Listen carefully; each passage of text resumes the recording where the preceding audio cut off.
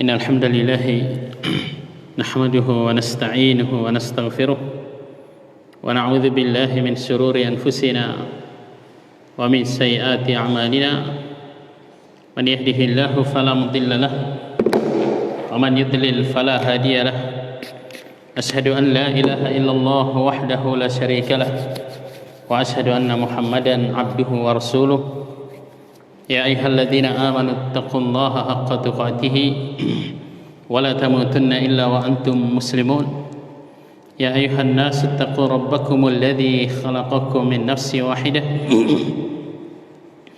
وخلق منها زوجها وبث منهما رجالا كثيرا ونساء واتقوا الله الذي تساءلون به والأرحام إن الله كان عليكم رقيبا يا أيها الذين آمنوا اتقوا الله وقولوا قولا سديدا يصلح لكم أعمالكم ويغفر لكم ذنوبكم ومن يطع الله ورسوله فقد فاز فوزا عظيما أما بعد فإن أصدق الحديث كتاب الله وخير الهدي هدي محمد صلى الله عليه وعلى آله وسلم وشر الأمور محدثاتها فإن كل محدثة بدعة وكل بدعة ضلالة وكل ضلالة في النار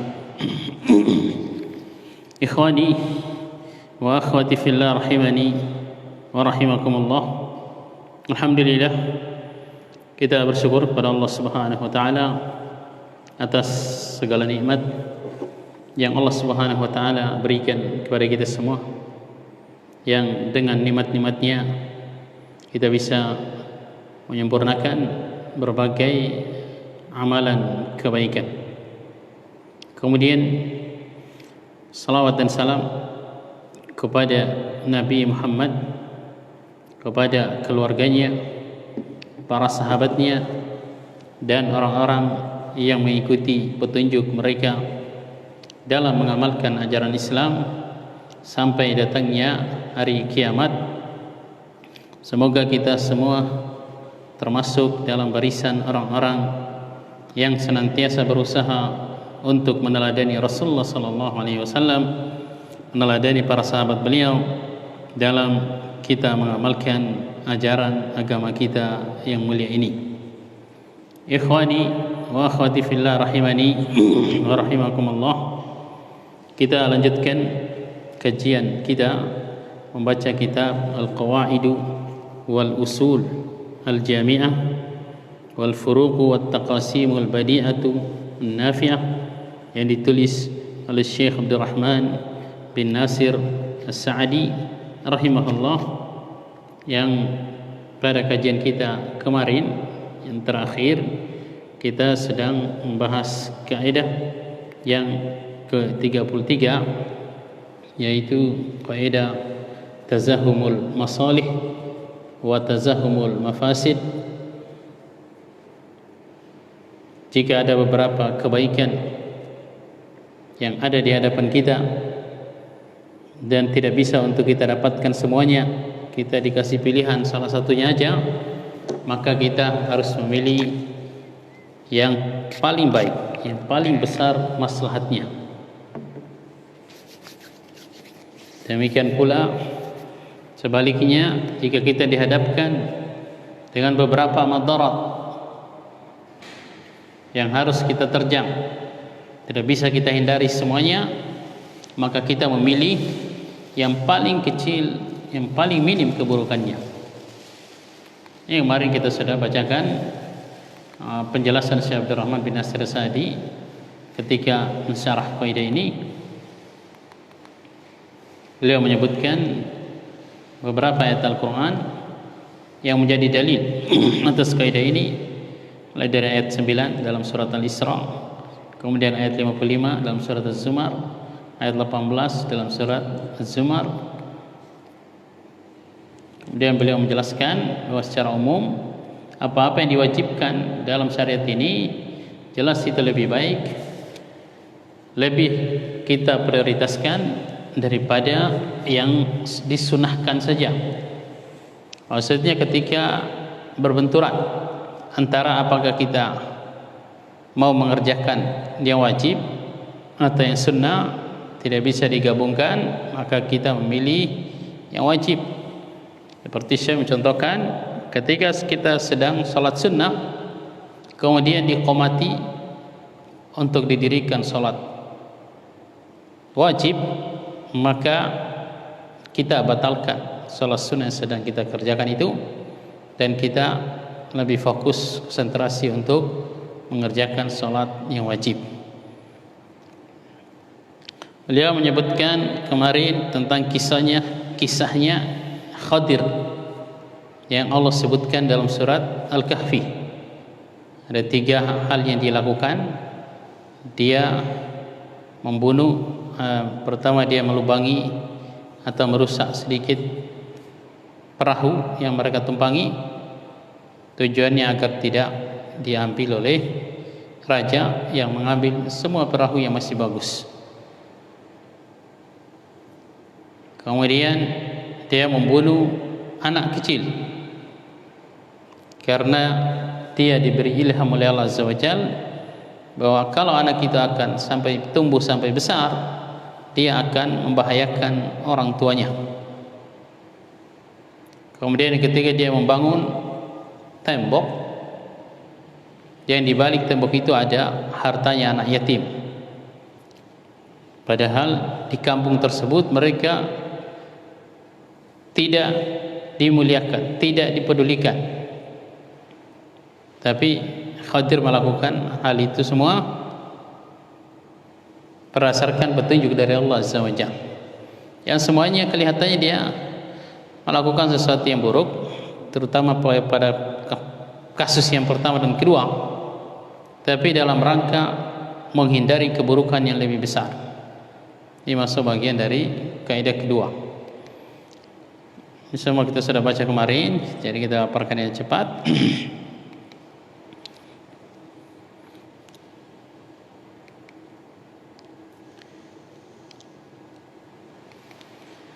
Masalah memberikan nafkah, kita punya uang misalnya hanya cukup untuk kita mau memberikan, menafkahi orang yang wajib untuk kita nafkahi, istri, anak, atau orang tua. Tapi ada orang miskin juga yang butuh untuk kita bantu. Pada keadaan seperti itu, kita lebih mendahulukan apa yang wajib, yang merupakan fardu ain bagi kita, yaitu memberikan, menafkahi istri, anak, menafkahi diri sendiri, menafkahi orang tua, daripada memberikan kepada orang miskin. Contohnya banyak sekali kata Syekh.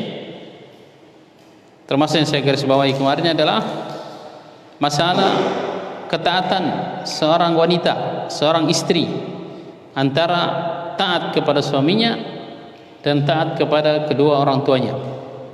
Maka dia harus lebih mendahulukan ketaatannya kepada suaminya. Nah,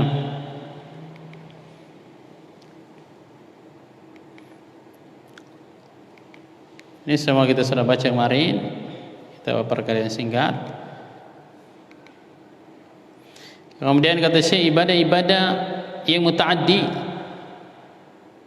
yang bermanfaat untuk orang banyak, itu hendaknya lebih kita prioritaskan daripada ibadah yang manfaatnya hanya untuk kita aja atau pada kalangan terbatas.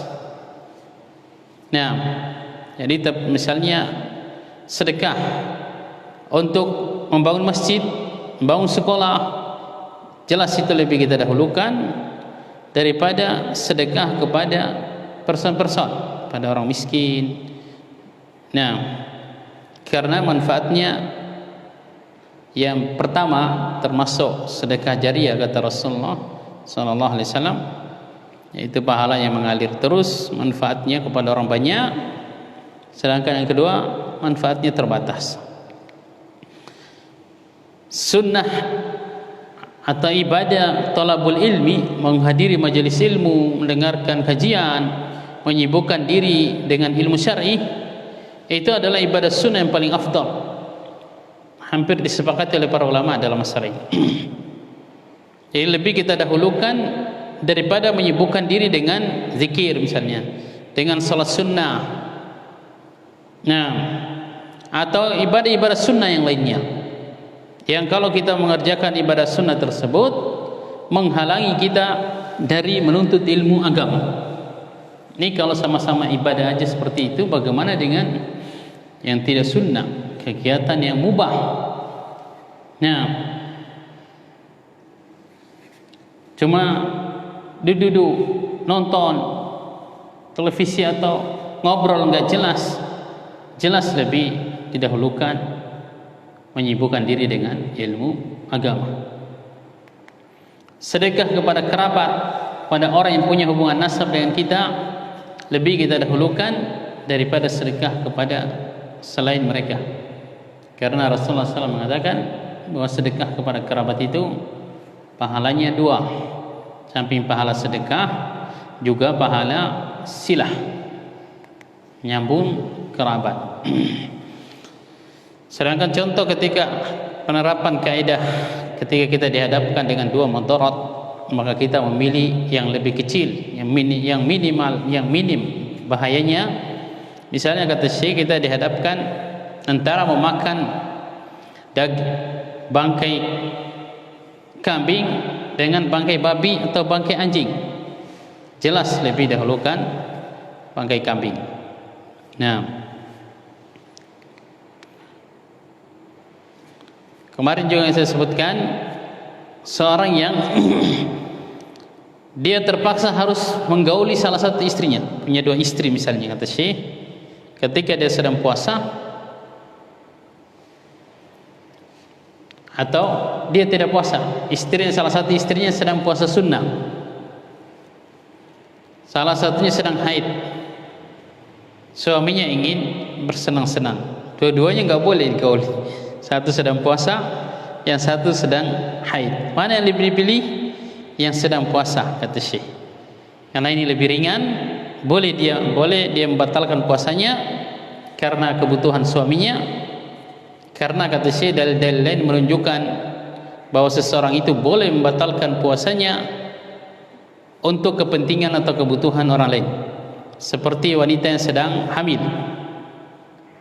Kalau dokter menjelaskan bahwa kandungannya itu akan berpengaruh, bayi atau janin yang dalam perutnya itu akan berbahaya kalau istrinya puasa, maka kalau ibunya puasa, maka ibunya tidak boleh berpuasa, dia harus berbuka.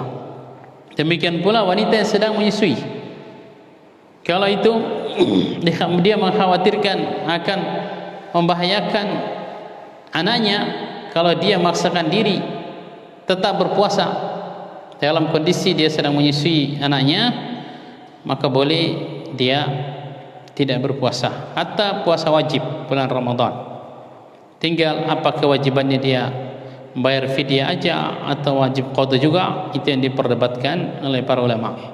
Tapi yang menjadi pembahasan di situ adalah itu dalil bahwa seseorang itu boleh membatalkan puasanya karena darurahnya orang lain, kebutuhannya orang lain. Jadi seorang ibu tidak berpuasa karena kebutuhan anaknya, kebutuhan bayinya.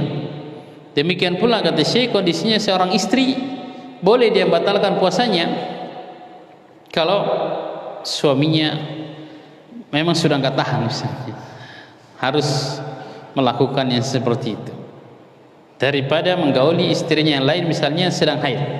Lebih ringan menggauli istrinya yang sedang puasa, tapi ya tentu syaratnya puasanya suruh batalkan dulu.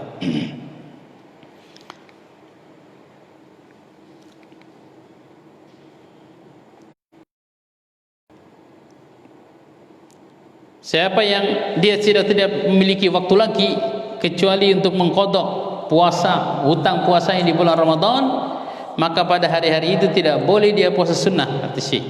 Dia harus puasa Ramadan, mengqadha, membayar hutangnya.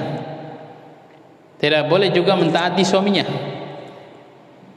Suaminya melarang dia berpuasa, padahal dia sudah tidak punya waktu lagi untuk bisa membayar hutangnya itu, hutang puasanya, karena sudah memasuki Ramadan yang baru lagi misalnya. Maka pada saat itu dia mendahulukan ketaatan dia kepada Allah Subhanahu wa taala.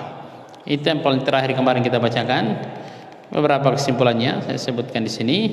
Dalil-dalil menunjukkan bahwa kebaikan dan keburukan dalam syariat ini bertingkat-tingkat. Ada kebaikan yang paling baik, tauhid misalnya. Nah, kata Rasulullah SAW, al-imanu bid'un wa sab'una syubah.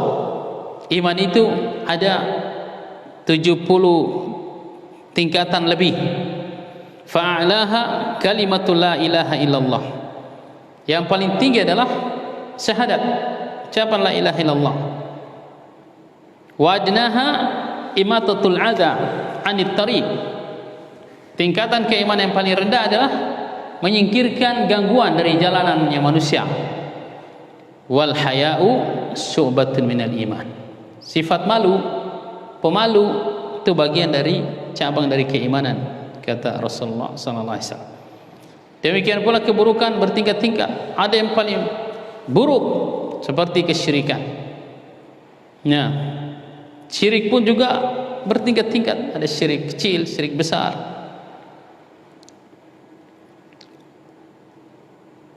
Kita mengetahui perbedaan-perbedaan seperti ini ternyata penting. Ketika kita dihadapkan harus memilih salah satunya, maka kalau dalam kebaikan kita memilih yang paling besar kebaikannya. Nah, kalau dalam keburukan kita milih menerjang yang paling minim keburukannya. Ini jelas sesuai dengan kias, dengan akal, analogi yang waras. Jika dihadapkan pada pilihan salah satu dari dua kebaikan atau lebih, maka syariat menganjurkan untuk memilih yang lebih bermanfaat. Jika dihadapkan pada pilihan salah satu dari dua keburukan atau lebih, maka syariat menganjurkan untuk menerjang yang lebih ringan keburukannya. Sesuatu yang Allah wajibkan lebih baik daripada apa yang Allah sunnahkan. Jadi dalam agama kita mengenal faraid atau wajibat, kewajiban-kewajiban syariat. Ada juga yang kita mengenal ibadah-ibadah atau amalan-amalan yang cuma dianjurkan oleh syariat, tapi tidak sampai wajib. Nah, jelas kaidahnya, apa yang Allah wajibkan itu jelas lebih baik, lebih maslahat daripada apa yang cuma sekedar Allah sunnahkan. Walaupun dua-duanya sama-sama diperintah, tapi kalau yang wajib itu kata para usuliyun, apa-apa yang Allah perintahkan ala wajhil ilzam, dalam bentuk harus dikerjakan, itu wajib. Kalau yang sunnah diperintahkan juga, tapi tidak ilzam, tidak harus dikerjakan. Tentunya kalau yang lebih baik adalah dikerjakan juga, walaupun cuma hukumnya sunnah. Sesuatu yang Allah haramkan lebih buruk daripada sesuatu yang Allah makruhkan atau yang Allah bolehkan. Jadi ada 5 kan tingkatan hukum itu. Ada yang mubah, kemudian yang sunnah, yang wajib, yang makruh, yang haram. Yang tengah-tengah adalah yang mubah. Tentunya sesuatu yang mubah lebih baik daripada sesuatu yang makruh, lebih baik daripada sesuatu yang haram. Nah, kita lanjutkan kaidah ke 34. Ini panjang juga lafaz kaidahnya. Kata Syekh, al-qaidatu ar-rabi'atu was-salasun. Kaidah ke-34. Idza khuyyira al-'abdu baina asy-syai'aini fa aksar. Jika seseorang diberikan pilihan untuk memilih salah satu dari dua hal atau lebih, fa in kana takhyiru li maslahatihi fa huwa takhyiru tasahhin wa ikhtiyarin. Maka dilihat, jika dalam hal yang berkaitan dengan maslahatnya yang memilih, tidak berkaitan dengan orang lain, maka pilihannya sesuai dengan keinginan atau kesukaannya. Tasahhin, terserah dia mau pilih yang mana. Kata Syekh, wa in kana li maslahati ghairihi fa huwa takhyiru ijtihadin fi maslahatil ghair. Jika dalam hal yang berkaitan dengan kemaslahatan orang lain, maka dia harus berusaha semaksimal mungkin untuk memilih yang paling bermanfaat. Nah, nanti akan contohkan oleh Syekh. Jadi ada dua bagian dari kaidah ini. Kita diberikan pilihan, kalau antara yang wajib dan sunnah tadi jelas pilih yang wajib. Tapi yang berkaitan dengan maslahat, apa berkaitan dengan maslahat kita yang memilih atau ada kaitannya dengan orang lain. Kalau cuma murni untuk kemaslahatan kita, maka itu terserah kita, kata Syekh, kita memilih apa yang kita sukai. Adapun kalau berkaitan dengan maslahatnya orang lain, misalnya kita jadi dipercayakan untuk mengurusi sesuatu, jadi wakil, jadi wali, maka kita harus berusaha semaksimal mungkin untuk memilih dari pilihan-pilihan itu yang paling besar manfaatnya. Kita baca penjelasan Syekh Abdul Rahman bin Nasir As-Sa'di. Ini lafaz bahasa Arabnya panjang kaidahnya. Al-qaidatu rabi'atu was-salasun, idza khuyira al-'abdu baina as-sayyi'aini fa aksar, fa in kana at-takhyiru li maslahatihi fa huwa takhyirun yarji'u ila syahwatihi wa ikhtiyarihi, wa in kana li maslahatil ghair fa huwa takhyirun yalzamu fil ijtihadu fil aslah. Seperti yang kami terjemahkan tadi bahasa Indonesia. Misalul awal, contoh, kita diberikan pilihan tapi khusus berkaitan dengan maslahat kita, enggak ada kaitannya dengan orang lain. Takhyiru fi kafaratil yamin, pilihan yang Allah sebutkan dalam surat Al-Maidah ayat 89 atau ayat 90, ayat 89, tentang kafarah sumpah bagi orang yang melanggar sumpahnya. Allah Subhanahu wa taala di situ memberikan pilihan untuk bainal itqi, memerdekakan budak, wa it'ami asrati masakin, memberikan makan 10 orang miskin, au kiswatihim, atau memberikan pakaian kepada mereka. Ini tiga pilihan ini, kata Syekh, yang benar ini bukan alat tertib, tapi terserah kita yang terkena kewajiban ini mau pilih yang mana yang paling nyaman. Nah, kalau tertibkan maksudnya berurutan, harus melakukan yang pertama dulu, kalau nggak bisa baru pindah yang kedua, kalau nggak bisa lagi baru pindah yang ketiga. Yang benar nggak seperti itu. Ini takhyir tasyahin, takhyir yarji'u ila syahwati al-mukhtar atau al-mukhayyar, pilihan yang dikembalikan kepada kesukaan atau yang paling mudah, yang paling nyaman bagi si pemilih. Nah, wa fi fidyatil adha baina dzabhi au it'ami sittata masakin au siyami salasati ayyam, dalam fidyah bagi orang yang sedang melakukan haji atau umrah, sedang ihram, kemudian dia harus misalnya memotong rambutnya karena ada yang mengganggu dia dengan keberadaan rambutnya itu, seperti kisahnya Ka'ab bin Ujrah, rambutnya gondrong dan banyak kutunya.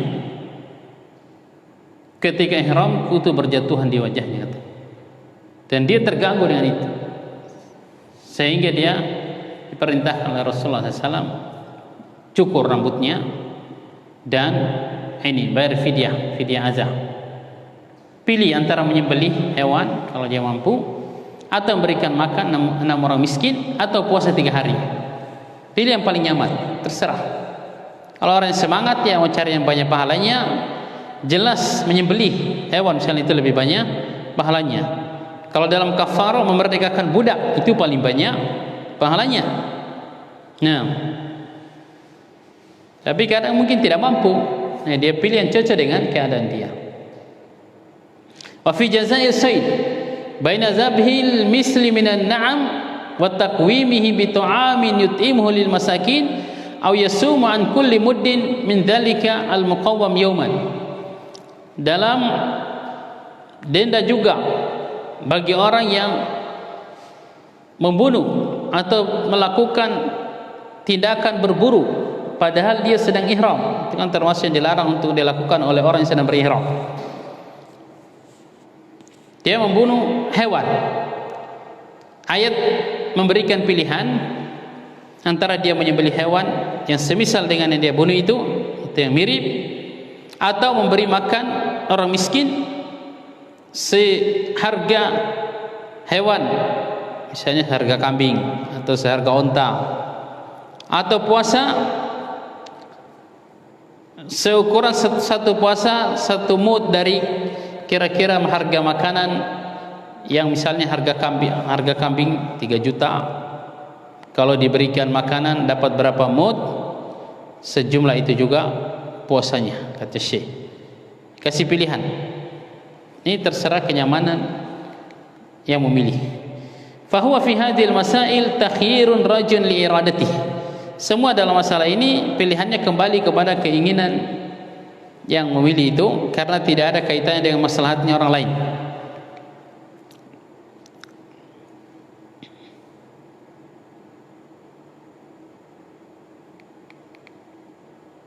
Wa misluhu ad-diyah. Sama juga contohnya dalam membayar diat. Diat itu tebusan bagi orang yang melakukan jinayah atau kriminal, terutama pembunuhan, membunuh orang lain, membunuh jiwa yang terjaga dengan cara tidak sengaja misalnya. Kan tidak boleh dikisos dia. Dia wajib bayar diat. Diat itu satu orang, satu jiwa yang terjaga, diatnya adalah 100 ekor onta. Nah, atau 200 ekor sapi, atau 2000 ekor kambing, atau 1000 dinar. 1 dinar 4 gram, berarti 4, berapa gram situ? 4 kilogram emas lebih, atau 12.000 dirham. Ini pilihan bagi orang yang dia berkewajiban untuk membayar diat, baik dia karena melakukan kriminal, membunuh orang, atau mungkin memotong tangan orang, memotong kaki orang. Kalau satu tangan kan diatnya separuh, yaitu 50 ekor onta. Kalau dua-duanya baru diat penuh, yaitu 100 ekor onta. Bisa pakai bayaran onta, kalau diuangkan sekitar 2 miliar. Bisa juga pakai sapi 200 ekor. Kira-kira berapa itu 200 ekor sapi itu? Kalau sekarang rata-rata 17 juta, ya. Kali 200, wah, 3 miliar juga berarti ya. Nah, atau 2000 ekor kambing. Nah, hitung aja, satu kambing paling murah 3 juta. Kalau 5 juta berarti 1000 aja sudah 3 miliar. 2000 6 miliar berarti. Ngeri. Atau 1000 dinar. 1 dinar saya sebutkan tadi 4, berapa gram gitu. Taruhlah 4 gram. Berarti 4 kilogram emas. Hitung aja 1 gram sekarang hampir 1 juta. Ya. Berarti 4 miliar juga. Memang mahal. Atau 12.000 dirham. Wah, ini kita nggak tahu harganya 1 dirham berapa. Nah, ini sama aja, mana saja yang dibayar dari pilihan ini, dia sudah menunaikan kewajibannya. Nilainya hampir sama sih, tapi mungkin yang paling mahal kambing, malah mungkin yang paling mahal, atau sapi yang paling mahal kalau kita hitung zaman sekarang. Kita nggak tahu harga onta berapa. Tapi ini kalau seandainya seorang punya kewajiban bayar diat, silakan dia memilih dari pilihan ini, terserah dia.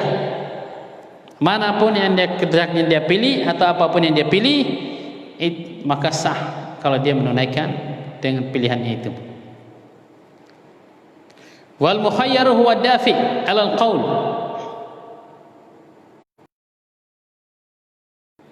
Yang disuruh memilih adalah yang akan menunaikan kewajiban ini, bukan yang akan menerimanya.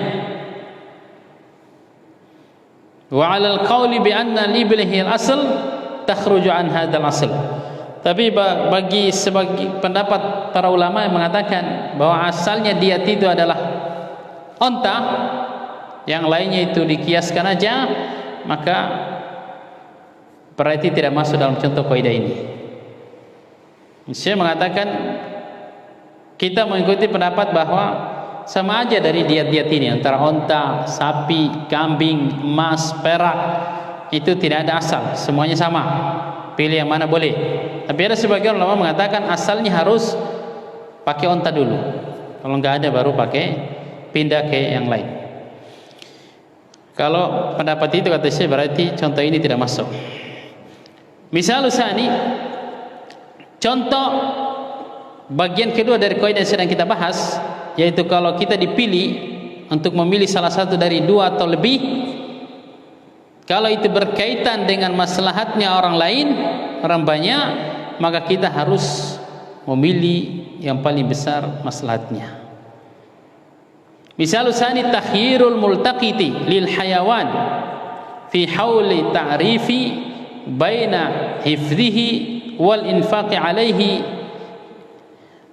Contoh yang kedua, pilihan yang harus diberikan atau dipilih oleh seorang yang menemukan atau memungut hewan yang tersesat lah gitu dari tuannya.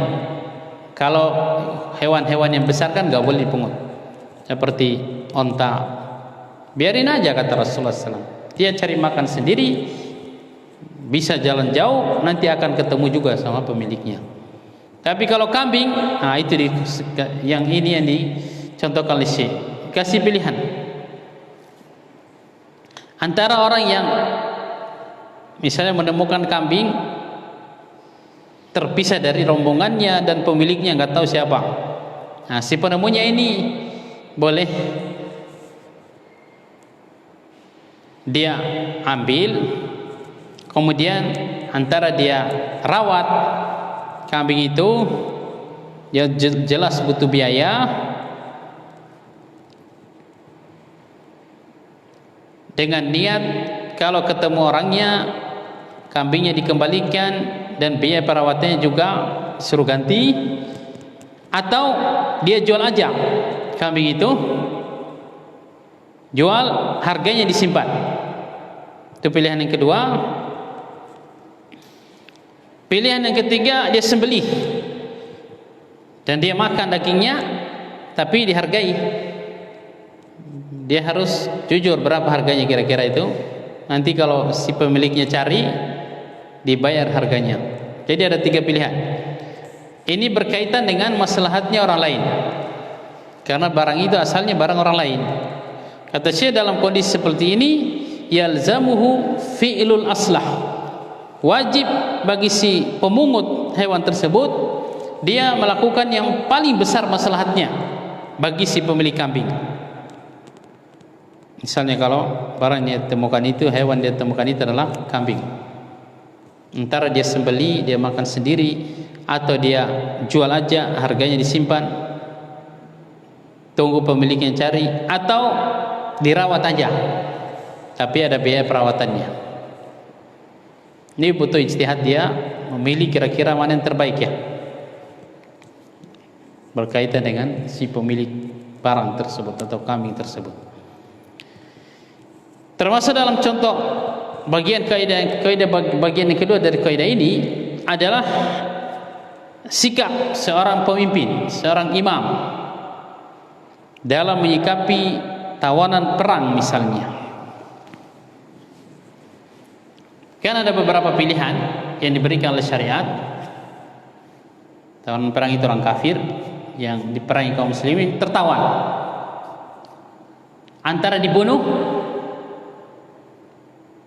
kemudian yang kedua dijadikan budak tetap hidup, yang ketiga dibebaskan tapi dia bertebusan, yang keempat bebas gratis. Pilih yang mana yang paling maslahat.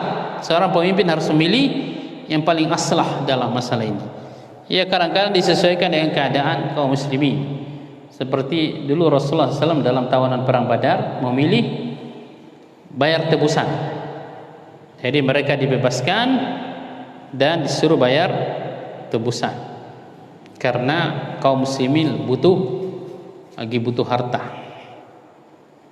Kita pernah sebutkan bahwa diriwayatkan dari Aisyah dan Umar bin Khattab mengatakan para sahabat itu nggak pernah kenyang makan selama di Madinah sampai setelah penaklukan kota Khaybar, baru mereka bisa makan dengan kenyang. Selama 6 tahun mungkin di awal-awal di Madinah mereka hidup dalam serba kekurangan. Kalau kita sampai buang-buang makanan mungkin. Nah, tapi kita nggak lebih mulia dari mereka. Ini masalah. Di antara contoh penerapan kaidah ini adalah kalau kita dihadapkan dengan pilihan yang berkaitan dengan masalah orang lain, adalah sikap seorang imam, pemimpin dalam menyikapi tawanan perang, antara tawanan itu mau dibunuh atau dibiarkan hidup jadi budaknya kaum muslimin. Kemudian yang ketiga, dibebaskan, bayar tebusan. Yang keempat, bebaskan gratis. Termasuk dalam pembahasan kaidah ini kata Syekh adalah tasarruf, tindakannya seorang wali yatim yang mengurusi anak yatim yang biasanya memiliki harta. Dia harus mempergunakan harta itu dalam hal yang paling maslahat, mendidik anak yatim tersebut dengan pendidikan yang terbaik. Nah, nadirul waqfi, orang yang diberikan tanggung jawab untuk mengurusi harta wakaf, maka dia harus memanfaatkan harta wakaf tersebut pada manfaat yang paling maslahat. Wal wasi, orang yang diberikan wasiat untuk mengurusi sesuatu, misalnya harta seseorang, maka dia harus melihat yang paling maslahat. Kata Syekh, beliau berdalil menyebutkan ayat 152 dalam surat Al-An'am, wala taqrabu malal yatimi illa billati hiya ahsan. Jangan kalian mendekati hartanya anak yatim kecuali dengan cara yang terbaik. Maksudnya kalau memang harus tasarruf dengan harta mereka, pakai dalam hal yang paling maslahat bagi dia dan hartanya. Kesimpulannya kaidah ini, ketika kita diberikan pilihan, sebagian masalah dikembalikan pada kesukaan orang yang memilih, sebagian dikembalikan kepada yang paling bermaslahat, bermanfaat. Sudah masa waktu Isya, kita selesaikan ini. Kaidah ini merupakan penjelasan dari kaidah sebelumnya. Sebenarnya di antara contoh penerapan kaidah ini adalah dalam bayar kafarah sumpah, itu kembalikan kepada yang bayar kafar, memilih yang mana yang dia yang lebih nyaman untuk dia kerjakan.